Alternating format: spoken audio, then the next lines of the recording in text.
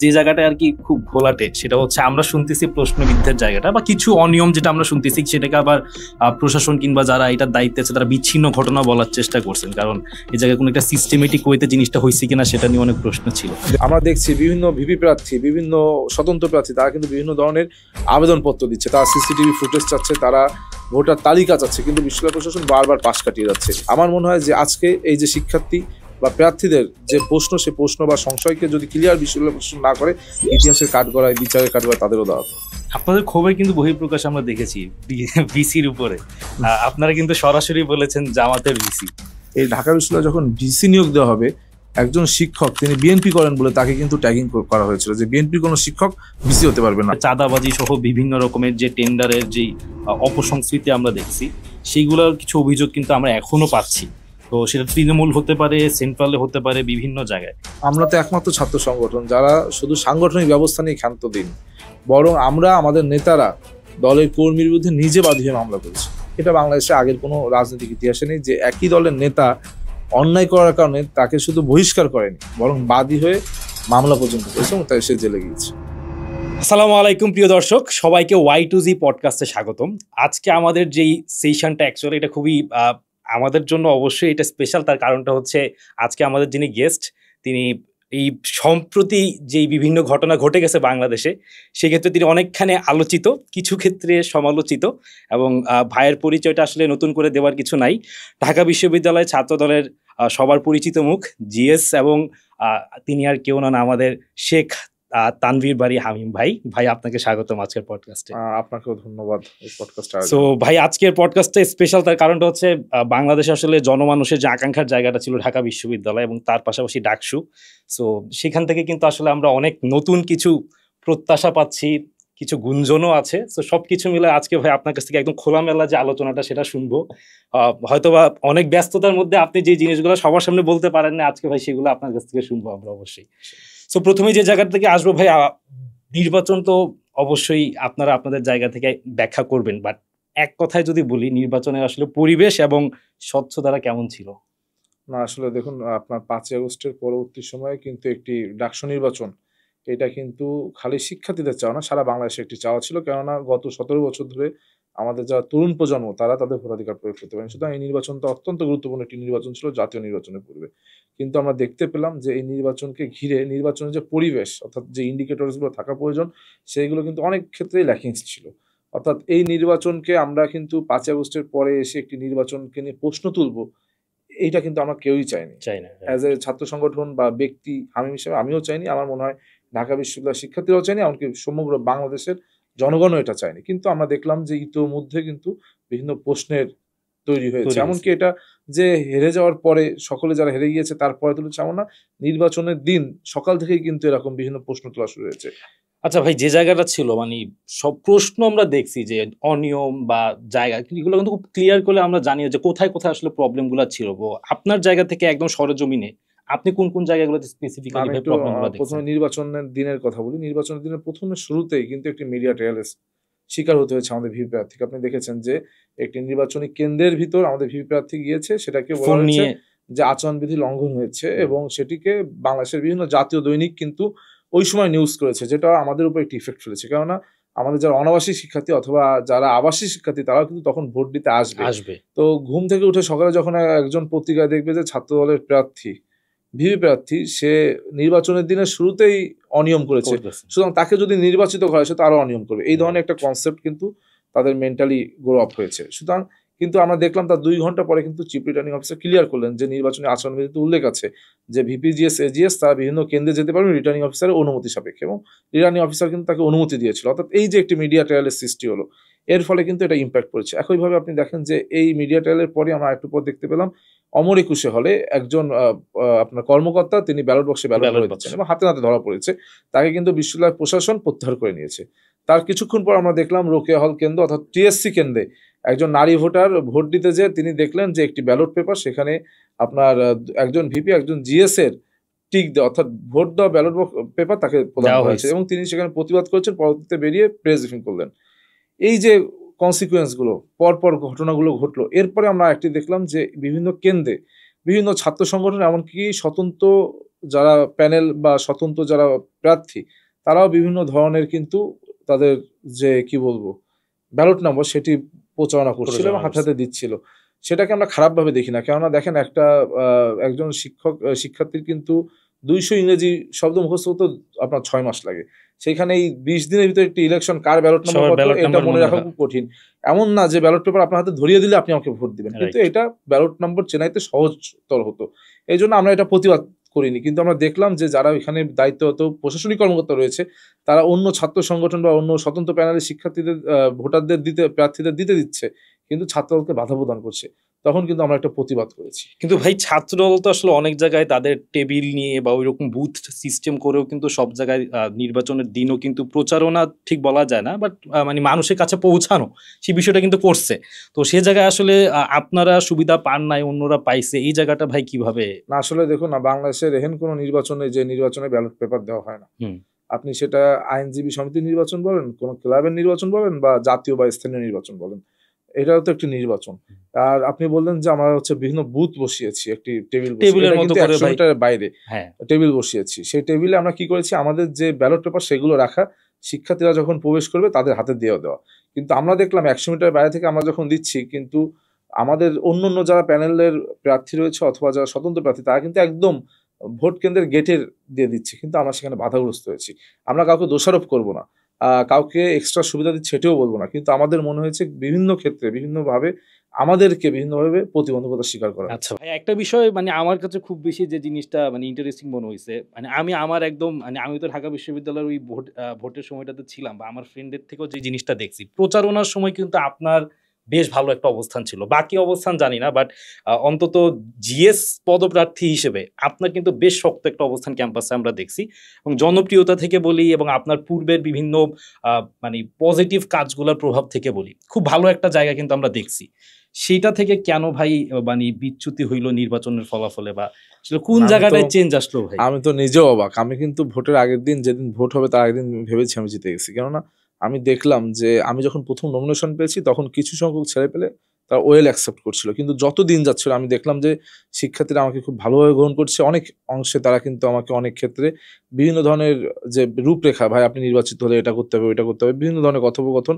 এছাড়া আমি দেখছি প্রচুর পরিমাণ ঢাকা ইউনিভার্সিটির ফ্রেন্ড রিকোয়েস্ট এবং প্রচুর পরিমাণ মেসেজ রিকোয়েস্ট, সব ঢাকা ইউনিভার্সিটির ছেলেমেয়েরা, এবং তারা বলতেছে ভাই আমরা আপনার এই কথাটাকে পছন্দ করছি, ওই কথাটাকে পছন্দ করছি। এবং নির্বাচনের 2 দিন আগে, ভোটের 2 দিন আগে আমি দেখলাম যে আমি ক্যাম্পাসে যেখানেই যাচ্ছি শিক্ষার্থীরা কিন্তু সেখানে আমার সাথে ভালোভাবে আমাকে অ্যাকসেপ্ট করছে এবং তার ছবিও তুলছে। তখন আমি বুঝলাম যে না, একজন যে শিক্ষার্থী আমাকে পছন্দ করে না সে নিশ্চয় আমার সাথে ছবি তুলবে না।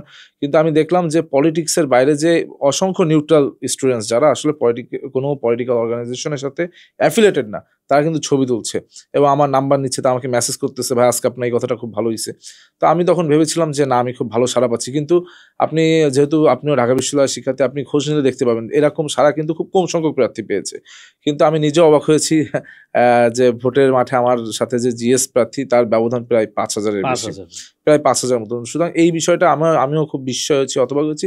কিন্তু জাতির স্বার্থে, রাষ্ট্রের স্বার্থে, বিশ্ববিদ্যালয়ের স্বার্থে, যেহেতু একটি আগামী দিনে জাতীয় নির্বাচন হবে, আমি শিক্ষার্থীদের যেহেতু বহুল আকাঙ্ক্ষিত এই নির্বাচন, ডাকসু নির্বাচন হয়েছে, এই জন্য আমি খুব বেশি প্রশ্ন তুলিনি, বরং শিক্ষার্থীদের উপরে এই রায়কে ছেড়ে দিয়েছি যে শিক্ষার্থীরা যদি মনে করে এই রায় ঠিক আছে তাহলে আমি এই রায়কে সম্মান জানাই, আর শিক্ষার্থীরা যদি মনে করে এই রায় ঠিক নেই তাহলে আমি তাদের সেই যে প্রতিবাদ সেটাকেও স্বাগতম জানাই। ভাই বিষয়টা কি এরকম হয়ে যাচ্ছে যে ব্যক্তি হামিমকে পছন্দ করছে কিন্তু রাজনৈতিক দলের যে জায়গাটা সেটাতে কোনো ধরনের না, আমার এইটা আবার এই সংখ্যাটা কেটে গেল কেন? আমি দেখলাম যে আমার ভিপিও পেয়েছে 5,500 ভোট, আমি পেয়েছি 5,300 ভোট, আমার যে এজিএস তিনি পেয়েছেন 4,900 ভোট। অর্থাৎ আমার তো মনে হচ্ছে এগুলো প্যানেল ভোটই। কারণ আপনার যদি মনেই হতো যে আমি এত কাজ করেছি গত 1 বছর ধরে, আমি এত স্টুডেন্টসরা আমাকে অ্যাকসেপ্ট করছে, তারা খুব ভালো ওয়েল রিসিভড করলো, কিন্তু আমি তো ভোটের মাঠে এটা প্রতিফলন দেখতে পেলাম না।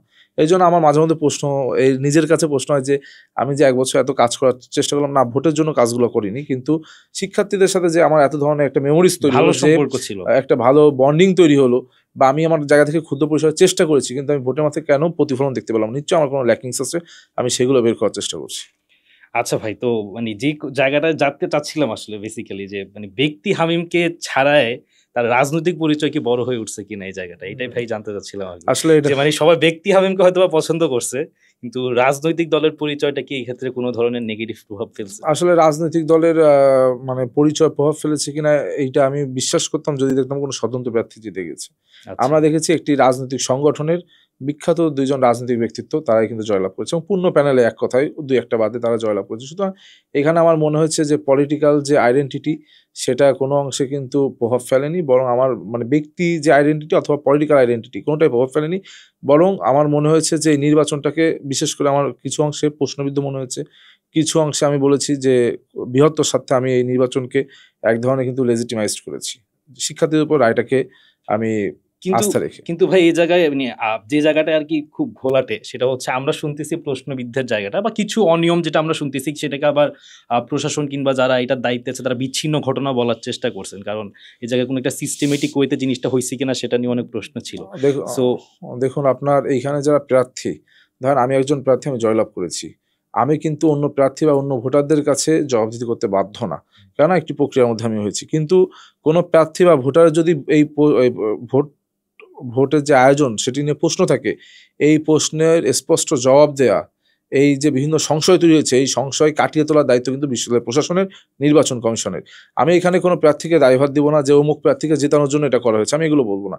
কিন্তু আমরা দেখছি বিভিন্ন ভিপি প্রার্থী, বিভিন্ন স্বতন্ত্র প্রার্থী তারা কিন্তু বিভিন্ন ধরনের আবেদনপত্র দিচ্ছে, তারা সিসিটিভি ফুটেজ চাচ্ছে, তারা ভোটার তালিকা চাচ্ছে, কিন্তু বিশ্ববিদ্যালয় প্রশাসন বারবার পাশ কাটিয়ে যাচ্ছে।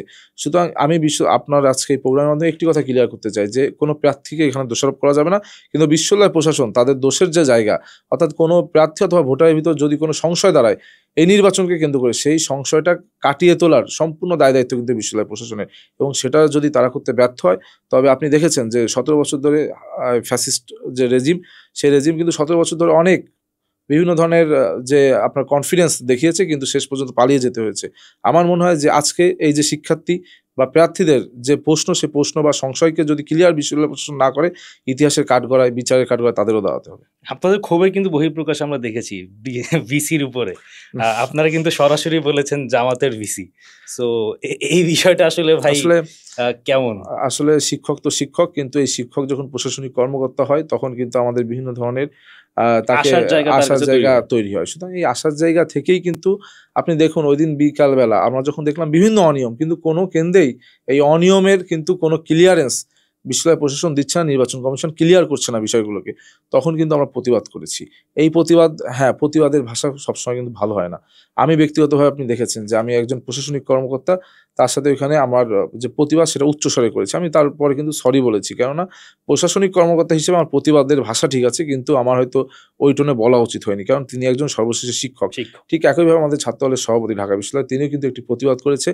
আপনি দেখবেন যে আমরা যখন ফ্যাসিবাদ বিরোধী আন্দোলনের রাজপথে ছিলাম, আমরা কিন্তু তখনও মানে বিভিন্নভাবে আমাদের টেম্পারকে আমরা ধরে রাখতে পারতাম না, টেম্পার লুজ হইতো। সুতরাং এখানেও একটি বিষয় এরকম, কারণ নির্বাচনের মাঠ সবাই প্রতিদ্বন্দ্বিতাপূর্ণ একটি অবস্থানে ছিল, সেখান থেকে এটি হয়েছে। পরবর্তীতে কিন্তু আপনি দেখেছেন আমাদের প্রেসিডেন্ট, উনিও কিন্তু বিষয়টাকে ক্লিয়ার করেছে। সেটা ঠিক আছে, কিন্তু বিষয়টা হচ্ছে ভাই মানে মানুষের মধ্যে যেই একটা জনপ্রতিক্রিয়া সেটা থেকে এটা কোনো প্রভাব ফেলছে? বা আরেকটা জায়গা থেকে ভাই প্রশ্নটা করা যায়, ট্যাগিং এর রাজনীতি আমরা সবসময় দেখে আসছি যে ঢাকা বিশ্ববিদ্যালয় সহ বাংলাদেশের ট্যাগিং এর রাজনীতিটা খুব বেশি ছিল, অমুক জঙ্গি, অমুক এই অমুক। তো ওই জায়গাটা তো আসলে নতুন যে প্রজন্মের কাছে ট্যাগিং এর রাজনীতি কিন্তু খুব গুরুত্বপূর্ণ না, সে জায়গায় গুরুত্বপূর্ণ কে, যেমন হামিম ভাই যদিও হয়তো বা ভোটের মাঠে তিনি এখনো জিতে আসতে পারেন না, কিন্তু সবার কাছে কিন্তু তিনি জয়ী, এবং সবার মধ্যে যে আস্থার জায়গাটা সেটা কিন্তু হামিম ভাই এখনো ধরে রাখছে। সো এই যে বিষয়টা, সেটা কি আসলে নতুন প্রজন্মের কাছে একটা মুখ্য বিষয় হয়ে উঠছে কিনা, যে ট্যাগিং এর যে বিষয়গুলো আমরা দেখতে পাইছি ঢাকা বিশ্ববিদ্যালয়ের ডাকসু নির্বাচনে প্রচুর ট্যাগিং এর বিষয় সামনে আসছে, এটা কি কোনো প্রভাব ফেলছে? দেখুন, আমরা 5ই আগস্টের পরবর্তীতে আমরা ট্যাগিং মুক্ত রাজনীতি ক্যাম্পাস চেয়েছি, সবাই চেয়েছে, খালি আমরা ছাত্র সংগঠন হিসেবে আমরা না, প্রত্যেকের দাবি ছিল, চাওয়া ছিল যে ট্যাগিং যেন না থাকে। কিন্তু আমরা প্রথমে দেখলাম এই ঢাকা বিশ্ববিদ্যালয়ে যখন ভিসি নিয়োগ দেওয়া হবে, একজন শিক্ষক তিনি বিএনপি করেন বলে তাকে কিন্তু ট্যাগিং করা হয়েছিল যে বিএনপির কোনো শিক্ষক ভিসি হতে পারবে না। আমাদের ওবায়দুল স্যারের কথা আপনার মনে আছে নিশ্চয়ই, ফিজিক্স ডিপার্টমেন্টে, তিনি কোন দিক দিয়ে অযোগ্য ছিল কোনো শিক্ষার্থী বলতে পারেনি, কিন্তু ট্যাগিং করা হয়েছে যে তিনি বিএনপি করেন, সুতরাং রাজনৈতিক ব্যক্তিত্ব, হিউম্যান তো পলিটিক্যাল বিইং, সবাই রাজনৈতিক অ্যাফিলিয়েশন থাকবে। যা হোক, শিক্ষার্থীরা ওই সময় তাকে ভালোভাবে নেয়নি, তিনি হয়নি। কিন্তু এই যে ট্যাগিংয়ের রাজনীতি, আমরা বলি আমরা ট্যাগিংয়ের রাজনীতি চাই না, কিন্তু আমরাই তো শুরু করছি কোনো না কোনোভাবে। আমরা যখন এই ভোটের মাঠে প্রার্থিতা করতে গেলাম, কেউ না কেউ তো কাউকে ট্যাগ করছে। যে শিক্ষার্থী, আমি হয়তো মুখে বলছি আমি ট্যাগিং চাই না, কিন্তু এমন দেখা যাচ্ছে অন্য একজন প্রার্থী যে আগে ছাত্রলীগ করতো, পরবর্তীতে পদত্যাগ করে স্বতন্ত্র হয়েছে, তাকে কিন্তু সবাই বলছে ও ছাত্রলীগ করে। সুতরাং এই যে ট্যাগিং তো সবাই করছে, মুখে বলছি আমরা যে আমরা ট্যাগিং চাই না, কিন্তু বাস্তবে প্রতিফলন দেখতে পাচ্ছি না। আচ্ছা, সবচেয়ে আরেকটা খুব ইম্পর্টেন্ট বিষয় আছে, সেটা হচ্ছে ভাই আপনি যে রাজনীতির কথাটা বললেন, আমরা কিন্তু কিছুটা রাজনীতিক মানে রাজনীতির প্রতি যে একটা অনীহা সেটার জায়গা কিন্তু দেখছি। শামীমের কথা যদি ভাই আমরা বলি, শামীম কিন্তু একদম কোনো ধরনের পলিটিক্যাল ব্যাকগ্রাউন্ড ছাড়া একদম শুধুমাত্র তার একটাই কিন্তু ইশতেহারের মূল জায়গা ছিল, সেটা হচ্ছে কোনো ধরনের রাজনৈতিক যেই শক্তিগুলা সেগুলার বাইরে গিয়ে একটা স্টুডেন্টদের জন্য শক্তির জায়গা সে তৈরি করবে। এটাতে স্টুডেন্টরা কিন্তু বলা যায় একরকম হুমড়ি খেয়ে পড়ছে। সেটার সমীকরণটাও যদি আমরা দেখি, শামীম কিন্তু ভিপি পদে ৩য় অবস্থানে আছে এবং অলমোস্ট অনেক হাই ভোল্টেজ ক্যান্ডিডেট থেকেও কিন্তু শামীমের ভোট অনেক বেশি, শুধুমাত্র ওয়ান ম্যান আর্মি হিসেবে। এটা আপনার কাছে আসলে কি বার্তা দেয়? আসলে আমার এই বিষয়গুলো দুঃখ লাগে, কারণ কি আমি আব্দুল কাদের হয়তো আমার প্রতিদ্বন্দ্বী বা অন্য ছাত্র সংগঠনে, আপনি কি বলতে পারবেন এই 5ই আগস্টের পরবর্তী সময় ঢাকা বিশ্ববিদ্যালয়ে যখন যে শিক্ষার্থীর বিভিন্ন দাবি দেওয়া, সেগুলোতে কিন্তু সব থেকে এগিয়ে ছিল এই ছেলেটি আব্দুল কাদের। তিনি ভোট পেয়েছে কত? 1100। শামীম তিনি 5ই আগস্টের পরবর্তীতে কয়টি শিক্ষার্থী বান্ধব কাজে ছিল, কয়জন শিক্ষকের কথা বলেছে, কয়জন শিক্ষার্থীর পক্ষে কথা বলেছে, কিন্তু আমরা দেখতে পেলাম ভোটের মাথায় তিনি একটি নিউট্রাল পজিশন থেকে নিজেকে ব্যাখ্যা করলেন, বিভিন্ন ফিলোসফি যে বয়ান আছে সেগুলো সামনে আনলেন, শিক্ষার্থীরা তাকে বেছে নিল, অথবা তার পক্ষে বেশি ভোট গেল আব্দুল কাদের পক্ষ থেকে। এইখানে আমরা যারা রাজনীতি করি, আমরা যারা শিক্ষার্থী বান্ধব বিভিন্ন কর্মসূচির কথা ভাবি, শিক্ষার্থীদেরকে নিয়ে ভাবার চেষ্টা করি, যারা শিক্ষার্থীদের পক্ষে গত কয়েক বছর আমরা ফ্যাসিবাদের বিরুদ্ধে শিক্ষার্থীদের পক্ষে নিয়ে রাজপথে অবস্থান করেছিলাম, এখানে কিন্তু আমরা বিভিন্নভাবে অনুৎসাহিত হই। সুতরাং আমি শিক্ষার্থীদের কাছে বলতে চাবো যে আপনারা একজন শিক্ষার্থীর মুখে, একজন প্রার্থী বা শিক্ষার্থীর মুখের বয়ানেই শুধু মাত্র ভোটটা দিয়ে না, এটা অত্যন্ত সুচিন্তিত মতামত আপনার।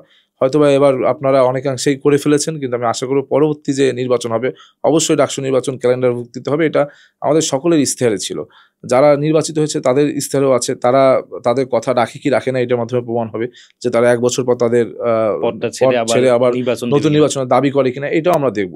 সুতরাং আমি শিক্ষার্থীদের বলবো যে আসন্ন আগামীতে যে নির্বাচন হবে, এই নির্বাচন থেকে নিশ্চয়ই আমরা অতীত থেকে শিক্ষা নিই, নিশ্চয়ই শিক্ষার্থীরা অতীত আজকের বর্তমান আগামীকালকে যে অতীত, সেখান থেকে শিক্ষা গ্রহণ করে আগামী যে ডাকসু নির্বাচন সেখানে যারা শিক্ষার্থীদের পাশে ছিল তাদেরকে বেছে নেবে। কিন্তু ভাই যে বিষয়টা আমি অ্যাকচুয়ালি বুঝতে চাচ্ছিলাম যে এটা কি কোনো কিছু বার্তা দেয়, মানে এটা কি শিক্ষার্থীদের অজ্ঞতা, তাহলে আমরা ধরে নিব শিক্ষার্থীদের অজ্ঞতা না, চাহিদার জায়গাটা কোন জায়গা? শিক্ষার্থীদের অজ্ঞতা না, কারণ রাজনীতির নামে গত 17 বছরে ফ্যাসিস্ট রেজিম অপরাজনীতি করা হয়েছে।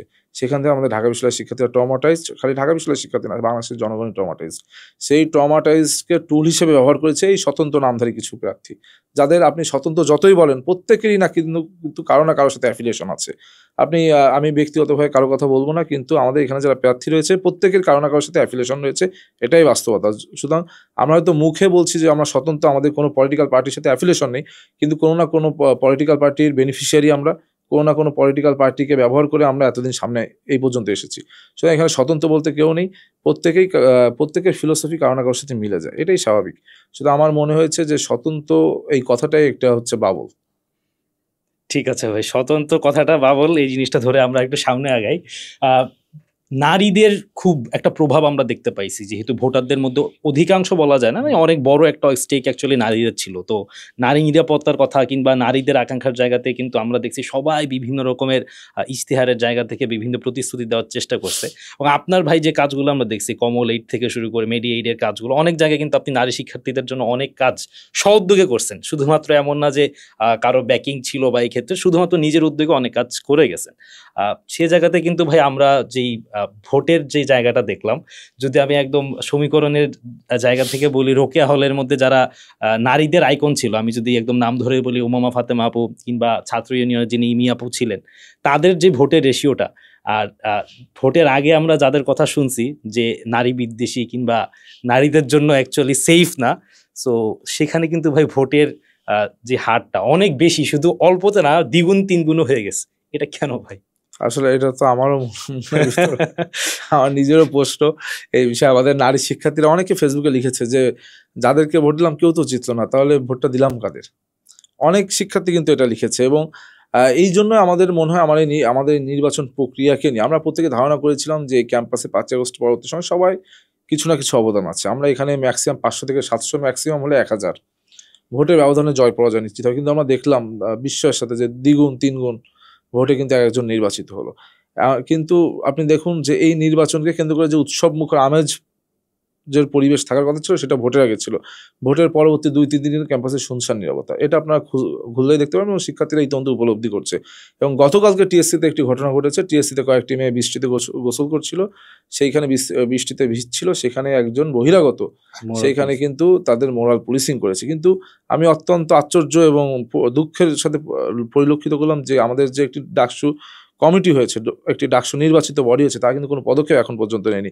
এমনকি আমি নিজে আমার ব্যক্তি জায়গা থেকে কিন্তু আমি ভিপি সাদিক খানকে সেখানে বলেছি যে আপনাদের এটার যে বিভিন্ন মোরাল পুলিশিং হচ্ছে এটার বিরুদ্ধে ব্যবস্থা নেওয়ার জন্য ঢাকা বিশ্ববিদ্যালয় প্রশাসন এবং বিভিন্ন যারা ডাকসু বডি এবং বিভিন্ন যারা ছাত্র সংগঠন রয়েছে, এমনকি যে ক্লাবগুলো রয়েছে, এদের নেতৃত্বস্থানীয়দের নিয়ে এই যে মোরাল পুলিশিং করলে কী ধরনের শাস্তি বিশ্ববিদ্যালয় প্রশাসন নিশ্চিত করতে পারে সে বিষয়ে আমরা একটি আলোচনা করতে পারি। কেননা মোরাল পুলিশিংয়ের কী শাস্তি এটা কিন্তু আমরাও জানি না, বিশ্ববিদ্যালয় প্রশাসনও জানে না। বিশ্ববিদ্যালয় প্রশাসন প্রক্টোরিয়াল টিম বেশিরভাগ ক্ষেত্রে এই অভিযুক্তদেরকে নিয়ে প্রক্টোরিয়াল অফিসে যাচ্ছে, একটি মুসলেখা দিয়ে ছেড়ে দিচ্ছে।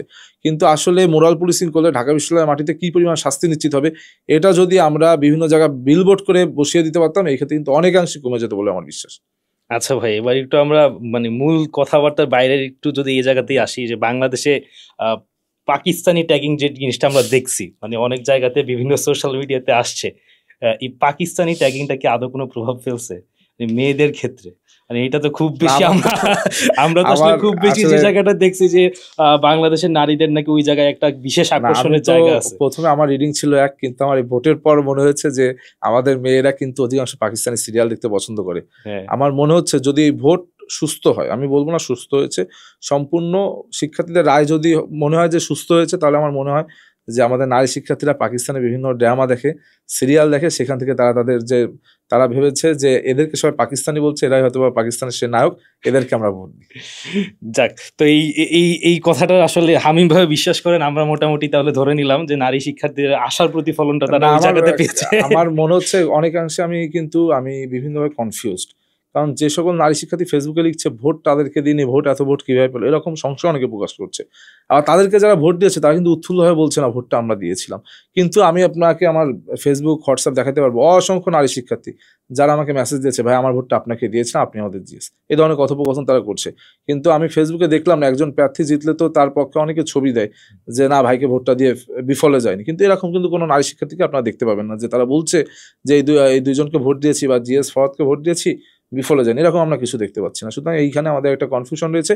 কিন্তু এই ভোট যদি আসলেই শতভাগ সুস্থ হয়ে থাকে, তখন আমার মনে হয়েছে ওই পাকিস্তানি ড্রামার নায়ক হিসেবে তারা বেছে নিয়েছে। গুপ্ত ভোট চলে আসছে ভাই। না, গুপ্ত ভোট আসলে পাকিস্তানি ড্রামার নায়ক এটাই ভেবে দিয়েছে। আরেকটা বিষয় ভাই খুব জরুরি, যেটা মানে আমরা যেহেতু একটা নতুন বাংলাদেশের নতুন একটা সমাজ গঠনের দিকে যাচ্ছি, এবং এই জায়গাতে আসলে নারীদের নিরাপত্তা নিশ্চিত করাটা খুব জরুরি। এবং সে জায়গায় যদি আমরা দেখি যে নারীদের ভূমিকা, আমি যদি খুব কোট করেই বলি, আপনাদের বাংলাদেশ জাতীয়তাবাদী ছাত্র দলের যুগ্ম সাধারণ সম্পাদক আমাদের মানসুর আপা, যিনি ঢাকা বিশ্ববিদ্যালয়ের একজন অ্যালামনাই, তো তিনি আসলে নিয়মিত শিক্ষার্থী অবশ্যই। তো তিনি অ্যাকচুয়ালি যেই কমেন্টসটা করলেন সেবাদাসীর যেই বিষয়টা, এটা আসলে দলের জায়গা থেকে অবশ্যই একটা দলের জায়গাতে স্টেক থাকবে এই জায়গাতে, এবং একজন আসলে তিনি যেহেতু নারী নেতৃত্বের জায়গায় আছেন, সেটা আসলে কতটুকু দায়িত্বশীল ভূমিকা আসলে। আচ্ছা, আর একটা কথা হচ্ছে, আমরা আগে এক সময় বলতাম যে ব্যক্তি দায় সংগঠন নেবে না, কিন্তু আমি এটা সম্পূর্ণ অপোজ করি। আমি মনে করি একজন ব্যক্তি সে যদি একটি সংগঠনের সাথে অ্যাফিলিয়েটেড থাকে, সে কোনো ভালো কাজ করলে যেমন ওই সংগঠনের সুনাম বাড়বে, ঠিক একইভাবে কোনো ব্যক্তি যদি ভুল করে সেটিও সংগঠন তার দায় এড়াতে পারে না। সুতরাং আমি আমার যে ছাত্রদল সংগঠনের পক্ষ থেকে অবশ্যই উনি যে কমেন্টটি করেছে এটা খারাপ হয়েছে, কিন্তু এই কমেন্টটা কিন্তু ওনার সাথে একটি খারাপ হয়েছে তার প্রেক্ষিতে করেছে। যদি আমি মনে করি আপনার সাথে অন্যায় করলে আপনিও আরেকজনের সাথে অন্যায় করবেন, এটা করতে পারেন না আপনি।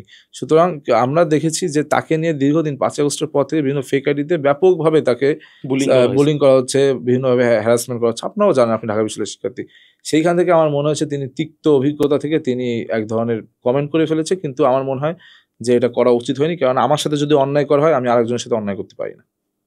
অ্যাকচুয়ালি এটাই আমাদের শিক্ষা হওয়া উচিত যে আমি যে জিনিসটা পাই না সেটা আরেকজনকে আসলে দেওয়া উচিত। আরেকটা জিনিস আপনার কাছ থেকে জানতে চাবো যে কমল মিডিয়া এইডের যেই ব্যাকগ্রাউন্ডটা, সেটা যদি আমাদের সবার জন্য একটু বলেন। অনেকে হয়তোবা জানে, আমরা হয়তোবা কাছ থেকে জানি, বাট হয়তোবা অনেকেই জানে না কমল মিডিয়া এইডের শুরুটা কিভাবে হয়েছে। আচ্ছা, 5 আগস্টের পরে দেখলাম যে সবাই রাজনীতিতে ভালো করার চেষ্টা করছে। আমি আমার ছোট ভাইদের সাথে সূর্য সেন হলে 304 নম্বর বা কোনো একটা রুম, আমার ছোট ভাই অভি রুমে আমি বসে আছি, শুয়েই আছি। ওইখানে আরো ছোট ভাইরা আছে, 10-12 জন ছোট ভাই, একটা ছোট রুমের ভিতরে আমরা বসে আছি। আমি ওদেরকে বললাম, আচ্ছা বলতো যে এখন কি করা যায়, ক্যাম্পাসে আমরা শিক্ষার্থীদের কি কাজ করতে পারি। অনেকে অনেক ধরনের বুদ্ধি পরামর্শ দিচ্ছেন। তাদের ওই বুদ্ধি পরামর্শ দেখে আমার মাথায় একটি আসলো যে আমাদের ক্যাম্পাসে ফার্মেসি নেই। আমাদের ক্যাম্পাসে, আমি কিন্তু 5ই আগস্টের পরেই প্রথম হলে উঠি, আমি কিন্তু আগে 1 সেকেন্ডের জন্য হলে থাকতে পারিনি। তা আমি যখন হলে উঠি, আমার একদিন প্রচন্ড মাথা ব্যথা, খুব খারাপ লাগছে। তখন আমি দেখলাম যে ওষুধ আনতে যাবো, কিন্তু আমার সেই পরিস্থিতি নেই। পরবর্তীতে আমি আমার এক ছোট ভাইকে ফোন দিলাম যে একটু আমার ওষুধ দিয়ে যা। তখন আমার ভিতরে একটা ফিলিংস আসলো যে এই বিশ্ববিদ্যালয়তে আমার মতো অনেক শিক্ষার্থী যারা অসুস্থ বোধ করে, তারা তো ওষুধটা আনতে যেতে পারে না, কেননা আমাদের হলগুলোতে ফার্মেসি নেই, বিশ্ববিদ্যালয় প্রাঙ্গণে ফার্মেসি নেই। ফার্মেসি আছে ঢাকা মেডিকেলের ওইখানে, কিন্তু সেখানেও কিন্তু সব ওষুধ পাওয়া যায় না, বেশিরভাগ ওষুধই পাওয়া যায় না, সার্জিক্যাল ওষুধ বাদে। তখন আমি মনে করলাম যে আমরা একটি টেলিমেডিসিন সেবা বিশেষ করে করতে পারি। আমাদের বিশ্ববিদ্যালয়ের যে মর্তুজা মেডিকেল সেন্টার অত্যন্ত নাজুক অবস্থা। আমাদের ঢাকা বিশ্ববিদ্যালয়ের কোনো শিক্ষার্থী যদি একজন ভালো চিকিৎসকের শরণাপন্ন হতে হয়, তার 1500 থেকে 2000 টাকা ভিজিট দেওয়া লাগে, যেটা আমাদের ঢাকা বিশ্ববিদ্যালয়ের শিক্ষার্থীদের জন্য বেশিরভাগ কিন্তু ব্যয়সাধ্য ব্যাপার। তখন আমি ভাবলাম, যেহেতু আমি একটি সংগঠন করি, আদর্শিক সংগঠন জাতীয়তাবাদী ছাত্রদল করি, অনেক চিকিৎসক রয়েছেন স্বনামধন্য, যারাও আমাদের সাথে তাদের আদর্শগত মিল রয়েছে। আমি তখন তাদেরকে রিচ করার ট্রাই করলাম যে ভাই, আমার বিশ্ববিদ্যালয়ের শিক্ষার্থীরা অনেক সময় অসুস্থ থাকে, আপনারা একটু ফ্রি টেলিমেডিসিন সেবা দেন, আপনারা তো প্রত্যেকে আপনাদের চেম্বার অনেক টাকা কামান, আমাদের বিশ্ববিদ্যালয়ের জন্য এই কাজটুকু করেন। তখন তারা স্বাচ্ছন্দ্যে সানন্দে কিন্তু এটি গ্রহণ করে, এবং তখন আমি প্রায় 12 জন ডক্টর, তার ভিতরে আমার পরিবারের 2 জন ডাক্তার, একজন আমার বোনের জামাই আর একজন আমার আপন চাচাতো বোন, 2 জনেও কিন্তু এখানে ইনক্লুড করছি। তো ওইখানে 12 জন ডক্টর একটা টিম করে দিই, বিভিন্ন সেক্টরে 12 জনই 12 সেক্টরের, এবং একটি ফেসবুক পেজ খুলি কমল মেডিয়েট নামে। কমল নামটি আসলে জিয়াউর রহমানের ডাকনাম, সেখান থেকে আমি কমল মেডিয়েট খুলেছি। খুলে আমি এটা প্রচারণা করলাম। তখন আমি দেখলাম আমাদের শিক্ষার্থীরা প্রতিদিন মিনিমাম 15 থেকে 20 জন কিন্তু আমার ওই পেজে মেসেজ দেয়, এবং তাদের আমি সরাসরি ওই ডাক্তারের সাথে অ্যাপয়েন্টমেন্ট করে দিচ্ছি। তারা টেলিমেডিসিন সেবা ভিডিও কলে অথবা অডিও কলে তারা তাদের প্রাথমিক যে চিকিৎসা সেবা সেটি নিচ্ছে।